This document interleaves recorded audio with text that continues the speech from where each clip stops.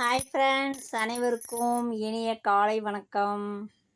இன்னைக்கு வாங்க, காலையில் இருக்கிற பரபரப்பில் கிச்சனில் என்னென்ன கலாட்டாலாம் நடக்குதுன்னு பார்க்கலாம்.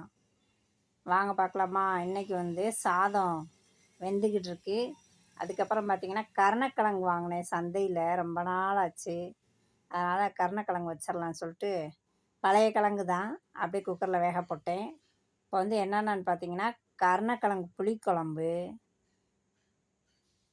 காலிஃப்ளவர் வறுவல், கோவக்காய் பொரியல், சப்பாத்தி, கவுனி அரிசியில் தோசை. இவ்வளோதான் ஃப்ரெண்ட்ஸ் இன்றைக்கி சமையல். அதை நம்ம எப்படி ரெடி பண்ணுறேன்றதை பாருங்கள் அக்கா.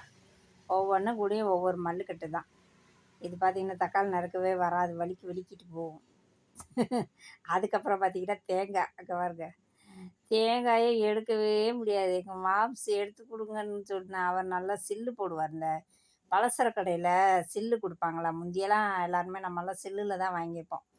ஒரு சில்லு 2 சில்லுன்னு சொல்லுவோம் பார்த்திங்களா. அந்த மாதிரி நல்லா அழகாக எங்கள் மாம்ஸ் கட் பண்ணி கொடுத்துருவார். நான் டக்குனு காலைல சமைக்க ஈஸியாக இருக்கும்.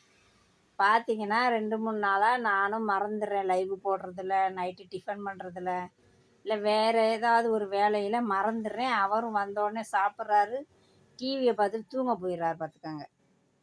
மறந்தேன்னா காலையில் எனக்கு அதோ கதி தான். ஆனால் இன்றைக்காவது வந்தோடனே தேங்காய் எடுத்து வைக்க சொல்லணும். பார்த்திங்கன்னா சிலுசிலாக அதை எடுக்கவே முடியல, ரொம்ப பொடி பொடியாக வருது. வழுக்க வேறு போல இன்னைக்கு வழுக்கு தேங்காயோட ஒரே மல்லுக்கட்டு தான். சரின்னு சொல்லி நல்லா கருணக்கிழங்க நல்லா கழுவிட்டு வேக போட்டு குக்கரில், அதுக்குள்ளே பார்த்திங்கன்னா பிள்ளை எந்திரிச்சிட்டாங்க. டீ நான் ஆல்ரெடி எப்போயுமே போட்டு வச்சுருவேன். ஏன்னா உடனே அவங்க எந்திரிச்சோடனே கொடுக்கணுன்றக்காண்டி போட்டு வச்சுருவேன்.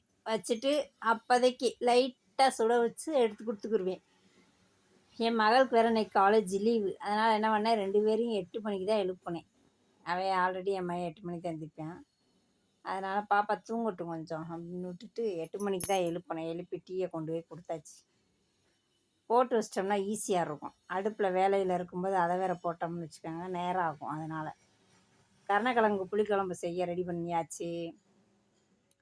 எண்ணெயை ஊற்றி கடுகு போட்டு கருவேப்பிலை எல்லாம் போட்டு, கருணக்கிழங்கு நல்ல பழைய கிழங்கா இருக்கணும் மக்களே, அதுதான் ரொம்ப ரொம்ப முக்கியம்.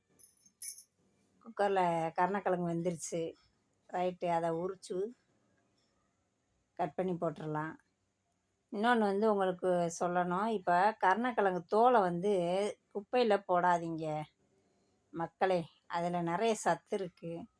அதனால் என்ன பண்ணுவேன்னா, நான் உருளைக்கிழங்கு தோலை உரித்து எடுத்துட்டு அதுக்கப்புறம் ஒரு 2-3 கழுவு. ஏன்னா அதில் மண் இருக்கும், கிழங்கு இல்லையா, மண் இருக்கனால 2-3 கழுவு நல்லா கழுவிடுங்க. கழுவி வீட்டுக்குள்ளேயே சும்மா ஒரு தட்டில் பரப்பி அப்படியே வச்சுருங்க. இந்த தோல் பத்தாது அப்படின்னு நினைக்கிறவங்க என்ன செய்கிறீங்கன்னா, 2-3 தடவை நம்ம வைப்போம் இல்லையா, அந்த தோலை சேர்த்து வச்சுக்கிட்டே இருந்து ஒரு நாளைக்கு நான் அப்படி தான் செய்வேன். கருணக்கிழங்கு துவையல் அரைச்சிருவேன், தோலை போட்டு துவையல் அரைச்சிருவேன். சூப்பராக இருக்கும், அவ்வளோ டேஸ்ட்டாக இருக்கும். எங்கள் மாம்ஸுக்கு ரொம்ப பிடிக்கும் இந்த துவையல். அதனால தான் இந்த தோலை எடுத்து வச்சுருக்கேன். நல்லா 2-3 அலசிடணும், ஏன்னா மண் இருக்கும் இதில். அலசி அப்படியே ஒரு தட்டில் காய வச்சிட்டோம். ஒரு 2 நாளில் நல்லா காஞ்சிரும். அதை எடுத்து ஒரு கவரில் போட்டு ஒரு முடிச்சை போட்டு அங்கிட்டு ஓரமாக தூக்கி போட்டுருவேன். திருப்பி கருணக்கிழங்கு வைப்போம் பார்த்திங்களா, அப்போ அதே மாதிரி காய வச்சு இப்படி ஒரு 2-3 தடவை சேர்த்து அதை தேங்காய், கருவேப்பிலை, கொத்தமல்லி எல்லாத்தையும் போட்டு ஒரு நாளைக்கு துவைய அரைச்சிடுவேன். உடம்புக்கு ரொம்ப ரொம்ப நல்லது மக்களே. நீங்களும் அதை ஃபாலோ பண்ணிக்கோங்க. இது காலிஃப்ளவரை ரெடி பண்ணிக்கிருக்கேன். லைட்டாக தண்ணியை தெளித்து பரட்டி எடுத்துருவோம். சுடு தண்ணியில் காலிஃப்ளவரை போடணும். போட்டு லைட்டாக மஞ்சப்பொடி எல்லாத்தையும் போட்டு கொஞ்சம் நேரம் நல்லா தண்ணியில் சுடு தண்ணியில் வச்சோம்னா அந்த சின்ன சின்ன புழுவெல்லாம் செத்து போயிடும். அதுக்கப்புறம் பார்த்திங்கன்னா சோறு வடித்தாச்சு. சப்பாத்திக்கு உருண்டை உருட்டி வச்சுருக்கேன், இனிமேல் தான் சப்பாத்தி போடணும்.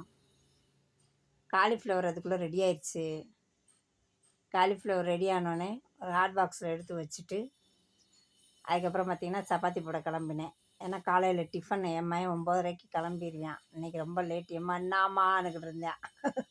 ஏன்னா என் மகன் லீவுன்றனால நான் கொஞ்சம் அசால்ட் ஆகிட்டேன். என்ன செய்கிறது மக்களே, டெய்லி நான் கடகடன்னு கம்ப்யூட்டர் மிஷின் மாதிரி செய்ய வேண்டியதாக இருக்குது. இது என்னன்னு பார்த்தீங்கன்னா, கவுனி அரிசி தோசை தான் அக்காவுக்கு ஸ்பெஷலு.